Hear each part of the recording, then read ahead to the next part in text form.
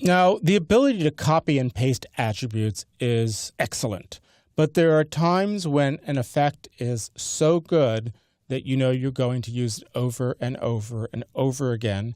And instead of having to reinvent the wheel, you can actually create custom presets out of a single effect or multiple effects, or even multiple effects and motion, opacity, and timing presets. Now, I've determined that this sepia bevel is going to be my signature device in all of my shows. To make a preset of this, I can select any one of these clips that have it on it. And as a matter of fact, before I go ahead and create the preset, I'm going to clear the presets from all of these. I'm going to simply select them, right-click, and there's a great little option here that allows me to remove effects. I select that. Depending on what's on your clip, some of these may be grayed out. For instance, there's nothing on audio. But I can choose to remove all the filters, and if I wanted to, I can remove volume. I think I'll leave that the same. I could remove the opacity, which I do have some slight opacity on here, about 90%. And I want to remove the fact that I've moved it and boxed it. Press OK.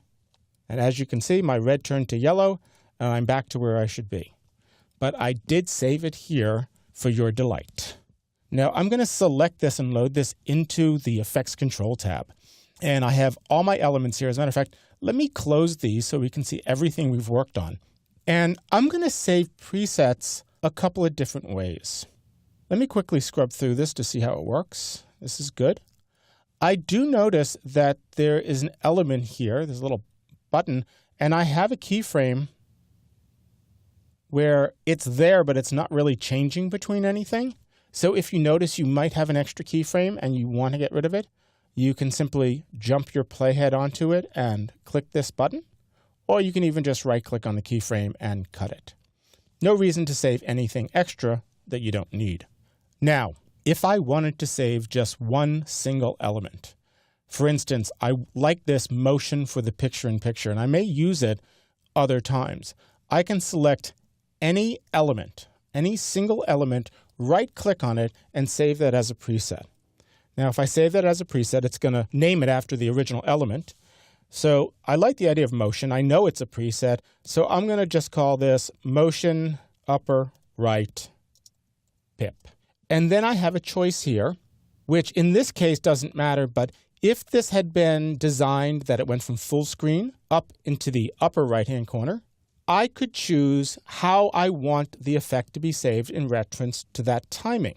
If I built this on a 5-second clip and I pasted it on a 10-second clip, it's going to take the full 10 seconds to do the move if I choose scale.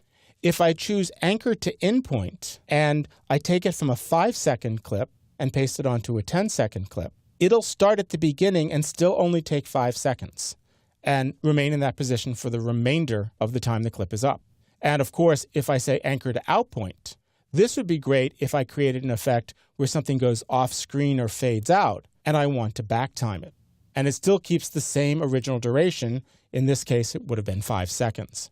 So that's very useful to know when building an effect, because a lot of times you don't want the effect to be scaled over the duration of the clip. You just want it to happen at the same speed. So if you have motion, this is important. And I'm going to go ahead and press OK. Now, where does this preset land?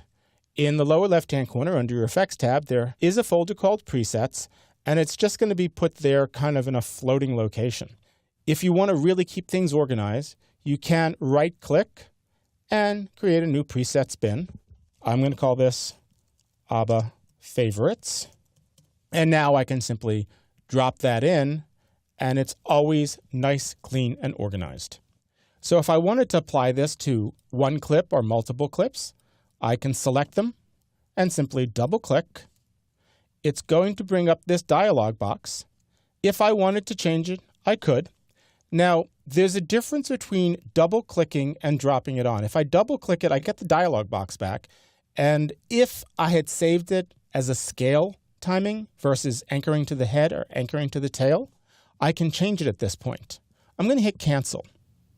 if I just simply grab it, drag it, and drop it, it's going to use the default of how I created that preset. And of course, in this case, it doesn't matter, but I have positioned it exactly where I want it to be. In this case, without the bevel, because that producer did not feel it was the art that I did.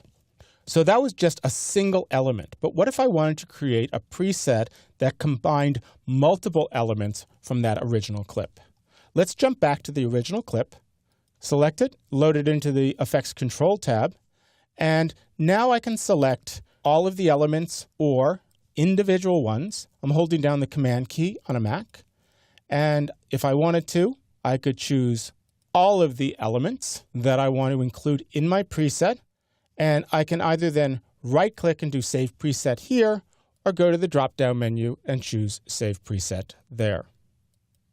Once I choose Save Preset, it's going to name it after one of my elements. I'm going to change this to Bevel Upper Right Pip. We'll again leave it on the default. I could write a description. And as we see, there's our Bevel Upper Right Pip, and our pop-up window actually describes it. I'm going to move that into Abba's Favorites, and let's go over here and apply it and see how it looks. So here are the clips without the effect. I'm going to grab it, drag it, drop it on all four of those, and I'm good to go. So creating presets can really save time, and it allows you to easily use effects you create in one project in all your future projects.